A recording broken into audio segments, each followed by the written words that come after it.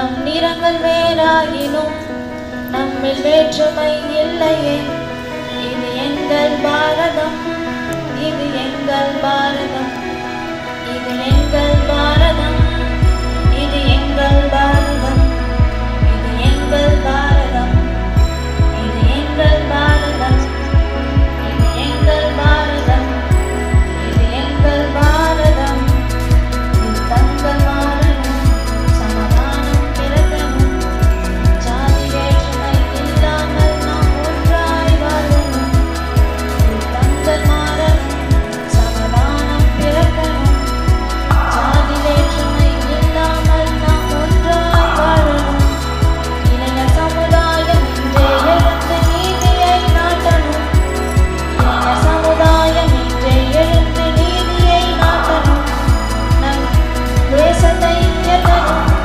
இது எங்கள் பாரதம், இது எங்கள் பாரதம், இது எங்கள் பாரதம், இது எங்கள் பாரதம், இது எங்கள் பாரதம், இது எங்கள் பாரதம்.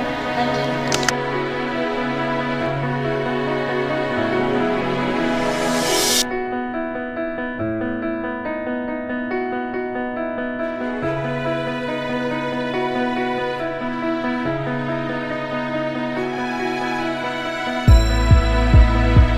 இது சுதந்திரம்.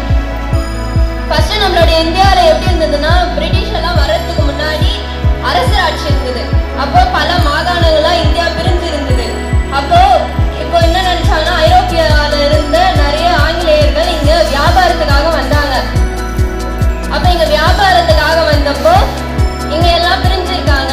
அப்ப நம்ம ஈஸியா ஆட்சியை பிடிச்சிட முடியும். அப்ப ஆட்சியை பிடிச்சிட்டோம்னா நமக்கு வியாபாரம் குறைஞ்ச விலையிலே கிடைக்கும் அப்படின்னு நினைச்சுதான் ஆட்சி பிடிச்சாங்க. அப்போ அவங்க ஆட்சி பிடிச்சதுக்கு அப்புறம் நம்மளுக்கு சுதந்திரம் முழுசா கிடைக்கல. நம்மளுக்கு முழு சுதந்திரம் இல்லாம போயிடுச்சு.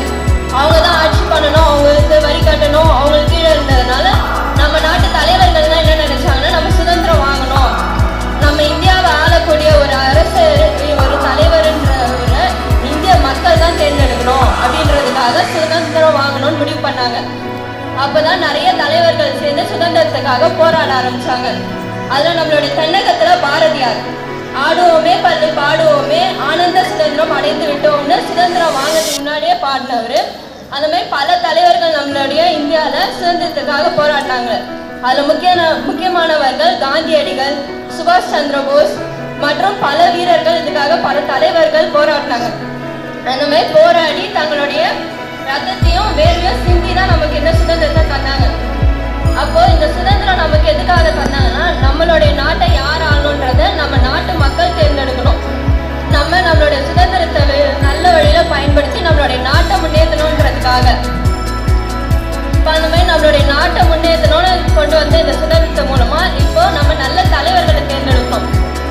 எப்படின்னா, நம்மளுடைய நாட்டுக்கு நம்ம ஓட்டு போட்டு தான் தலைவர்களை தேர்ந்தெடுக்கிறோம். அந்த தலைவர்களை நம்ம நல்ல தலைவர்களா தேர்ந்தெடுத்தா நம்மளுடைய நாடு நல்ல நாடா முன்னேறும்.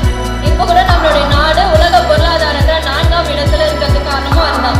இதே மாதிரி நம்ம தொடர்ந்து நம்மளுடைய ஓட்டுரிமையை நல்ல விதத்துல பயன்படுத்தி நம்மளோட சுதந்திரத்தையும் நல்லா பயன்படுத்தி நம்மளுடைய நாடை வல்லரசு நாடா உயர்த்தணும்னு கேட்டுக்கிறேன். நன்றி.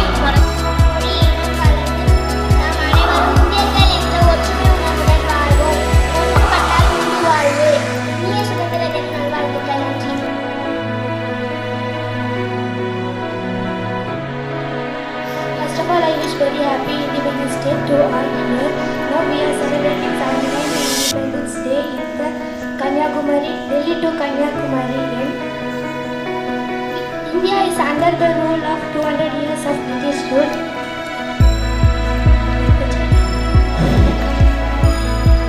We remember the freedom fighters of our India, namely